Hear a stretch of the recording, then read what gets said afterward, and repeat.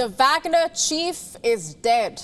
The Russian President Vladimir Putin has confirmed that Yevgeny Prigozhin died in a plane crash. He added that he had known Prigozhin for a long time, that he might have made some mistakes, but he also worked with him for a common cause. Listen in to what he said. As for the aviation tragedy, first of all, I want to express my sincerest condolences to the families of all the victims. It is always a tragedy. Indeed, if there were, and the primary data indicates that there were employees of the Wagner PMC, I would want to note that these people made a significant contribution to our common cause, our cause of fighting the neo-Nazi regime in Ukraine. We remember this, we know it, and we will not forget it.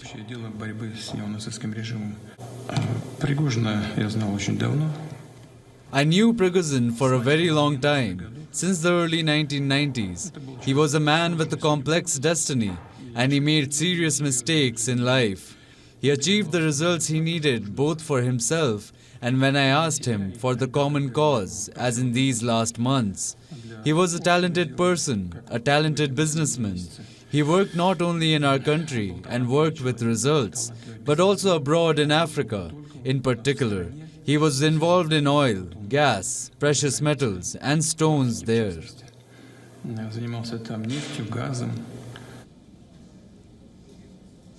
Putin's statement came after hours of speculation about Prigozhin's status. Let's just take you through what really happened.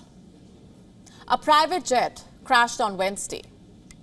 The Wagner chief and 9 others were listed as passengers. The video on your screen showing the exact moment it happened. Watch this.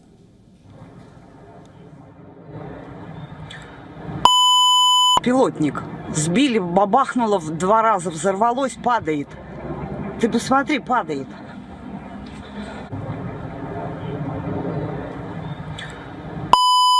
Пилотник. Сбили, бабахнуло 2 раза, взорвалось, падает. Ты посмотри, падает.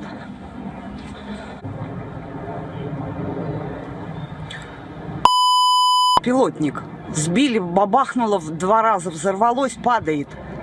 Ты посмотри, падает. So where exactly did the plane crash? Reports say slightly north of Moscow, somewhere in the Tver Oblast. It was en route St. Petersburg from Moscow, but could not complete its journey. Have a look at these images now. They are from a flight radar website. They show an unidentified plane flying in northwest Russia and then suddenly disappearing from the screen north of Moscow. Have a look at this image now. This is apparently the plane that crashed, the Embraer Legacy 600.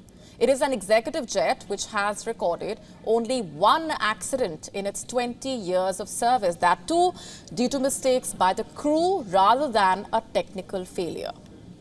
So what was it this time? Another crew mistake or a technical failure? No one really knows. And no one might. Have a look at these images now. They show the aftermath of the crash, showing the plane engulfed in huge flames. And a couple of hours later, local officials were seen carrying the dead in body bags and stretchers. Forensic tents had been set up at the site as investigators went through the debris to collate the evidence. And around the same time, Russia's Civil Aviation Authority issued this statement. It published the names of the passengers and the crew members who were on board the aircraft. And immediately after the news got out, all sorts of reactions started pouring in. The news divided opinions on the streets of the Russian capital. Some described it as a tragedy. Others were fairly unmoved. Listen in to some voices.